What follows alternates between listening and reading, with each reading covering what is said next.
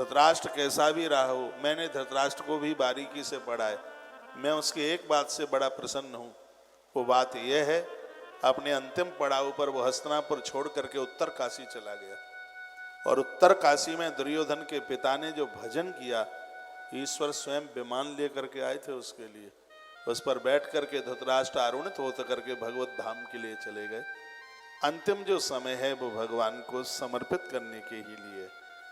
जीवन युवावस्था में दुनियादारी को, परिवार को बहुत कुछ दे दिया है, ये बची खुची जिंदगी है, इसको भगवान के नाम कर दो। एक बात मैं और निवेदन करूंगा, आप परिवार के लिए 60 साल जीवन जिए। 60 साल जीवन जीने पर आप सबको खुश नहीं कर पाए। आपको 4 बेटे हैं, 2 प्रसन्न हैं, 2 बिल्कुल दुखी होंगे, 2 नहीं 1 दुखी होगा। हो सकता है चारों ही दुखी हों, ऐसा भी हो सकता है। तो कहेंगे मम्मी पापा ने हमारे लिए क्या किया, पड़ोसी का तो पिता उस बेटे के लिए इतना कुछ कर गया, इन्होंने तुम्हारे लिए कुछ किया ही नहीं। संसार को प्रसन्न करना बहुत कठिन है और भगवान को प्रसन्न करना बहुत सरल है। बचा खुचा जीवन जो है ईश्वर को दे दोगे तो संसार भले ही प्रसन्न ना हुआ हो, लेकिन भगवान प्रसन्न जरूर हो जाएगा। परमात्मा से जुड़ करके रहिएगा। और ऐसा नहीं है कि भगवान से जो लोग जुड़ गए उनका व्यापार छूट जाएगा, उनका कारोबार छूट जाएगा, ऐसी बात नहीं। गुरु नानक देव ईश्वर से जुड़े हैं। बहुत बड़े संभ्रांत घर में जन्म लिया था, उनके पिता बहुत धनवान थे, लेकिन पिताजी इन्हें जो भी पैसा देते थे वो सब गरीबों में बांट देते थे, यह इनका काम था। तो इस श्लोक के माध्यम से मैं आप सबके बीच में निवेदन कर रहा हूँ, ओम नमो भगवते तस्मै यदि तच्चिदात्मकं पुरुषायाद बीजाय परिशाया विधीमहि।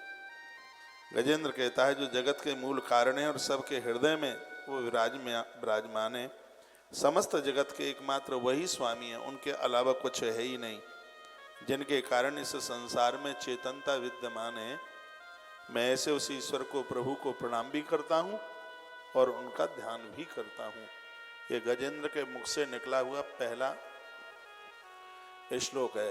विद्वानों ने इसके ऊपर पीएचडी करी है, इस श्लोक के ऊपर, उन्होंने शोध किया है इसके ऊपर, पूरे भागवत का सार भरा है इस श्लोक में। श्लोक तो उसने 28 बोले हैं, लेकिन जो सबसे प्रथम श्लोक है वो बड़ा अद्भुत है, मुझे बहुत प्यारा लगता है। इसने एक बहुत बड़ी बात कह दी, वो कहता है कि जगत के मूल कारण आप है, और फिर दूसरी बात कहता है कि सबके हृदय में आप बैठे हैं, सबके हृदय में आप बैठे हैं, और भगवान इस धरती के एकमात्र स्वामी आप ही हैं, आपके अलावा कुछ भी नहीं है, और आप सबके अंदर चेतनता का विस्तार कर रहे हैं। ये आपका काम है कि सब जिंदे हैं, सब सोच रहे हैं, बोल रहे हैं, ये सब आपने किया है। भगवान मैं आपको प्रणाम भी करता हूं, मैं आपका ध्यान भी धरता हूं। मेरे वंदन को, मेरे प्रणाम को भगवान आप स्वीकार कर लीजिए। इस समय मैं बहुत दुखी हूं, पूरा का पूरा मैं जल में चला गया हूं, बस मेरी एक जौ के बराबर मेरी सूंड बची हुई है।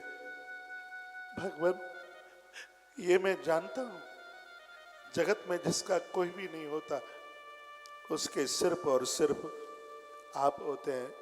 प्रभु मैं मौत से जूझ रहा हूं, मैं मर जाऊं मुझे चिंता की बात नहीं है।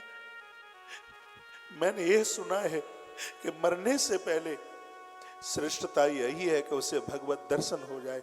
बस एक बार आप मुझे अपना दर्शन दे दीजिए, एक बार ये मेरी आंखें बस आपको देख लें, इस बात के लिए मैं प्यासा हूं। भगवान आप दर्शन देते ही चले जाना, मैं आपसे कुछ भी नहीं मांगूंगा, बिल्कुल भी, बस एक बार ये आंखें आपको निहारना चाहती है, आपको देखना चाहती है।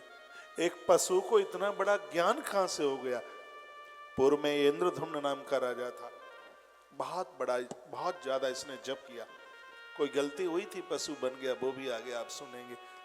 रो रो करके कहता है मुझे कोई संपदा नहीं चाहिए, मुझे कोई वैभव नहीं चाहिए। भगवान मैं आपसे अब खानदान परिवार भी नहीं मांगता, मेरी समझ में आ गया सब झूठा है, सब कुछ भी नहीं है। इन सब परिवारी जनों के लिए मैं क्या क्या और मैं कितना कितना सब कुछ करता रहा, आज ये सब मुझे अकेला छोड़ के चले गए।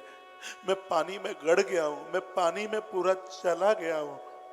भगवान, आपके अलावा मुझे कोई उबार नहीं सकता, मुझे कोई बचा नहीं सकता। मैं भले ही मर जाऊं, ये आंखें एक बार बस आपका दर्शन कर लें।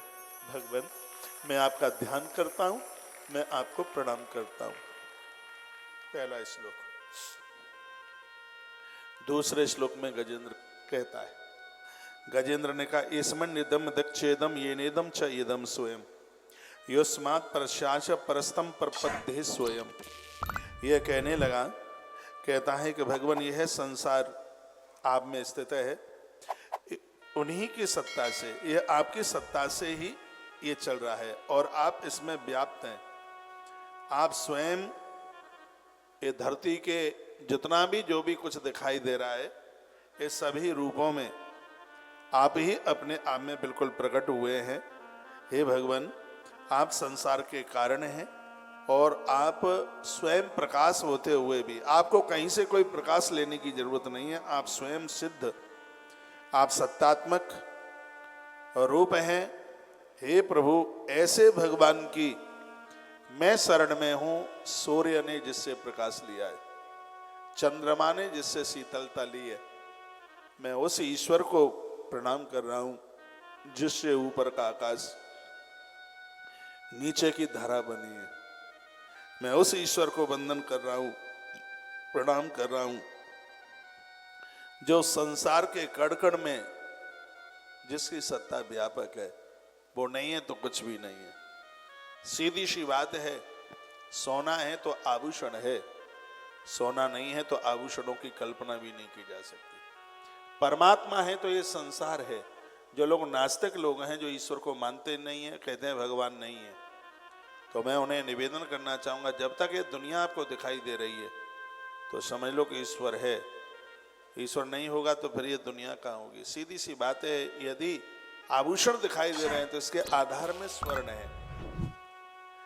आभूषण के ना होने पर सोना होगा, लेकिन सोने के ना होने पर आभूषण, सोने के ना होने पर आभूषण नहीं हो सकता। आप अपनी अंगूठी तोड़ दें तो अंगूठी ही खत्म हो जाएगी, सोना खत्म नहीं होगा।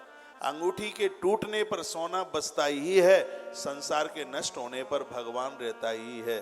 भगवान के ना होने पर संसार नहीं हो सकता, लेकिन संसार के ना होने पर भगवान जरूर होता है।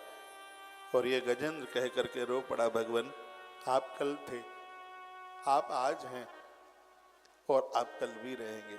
जब कोई नहीं था तब आप थे, जब कोई नहीं रहेगा तब भगवान आप ही होंगे।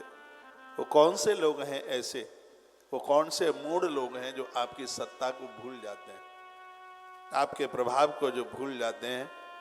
ये भगवान जो हर रूप में इस धरती पर प्रकट है, वह इस संसार में प्रकृति से सर्वथा परा है, परे है, स्वयं प्रकाशमान है, स्वयं सिद्ध सत्यात्मक है।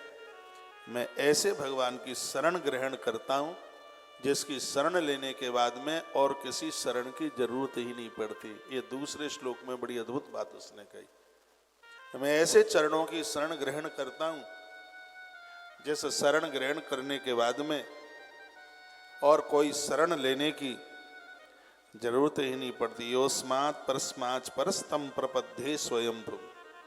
जो स्वयंभू है वो सबको बनाता है, उसको कोई नहीं बना सकता।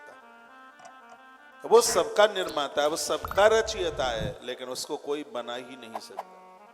ये कैलेंडरों पर हम भगवान को देखते हैं, ये तो सब कल्पना की गई है, भगवान तो इसके बहुत परे है। वो ये सब से बहुत अलग है, बहुत। हमारा मन बुद्धि चित्त अहंकार चतुष्टय अंतःकरण सोच भी नहीं सकता वो कितने सुंदर है।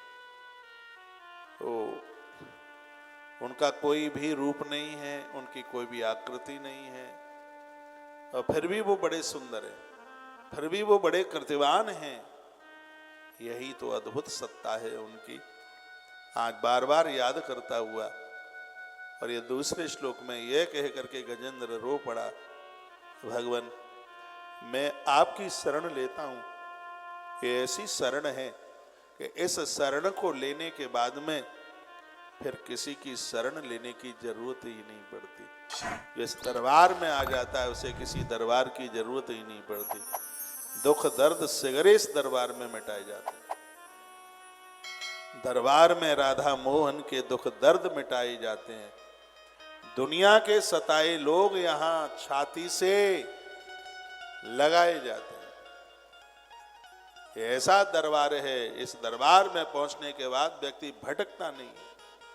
ये दरबार में पहुंच करके ये व्यक्ति भगवान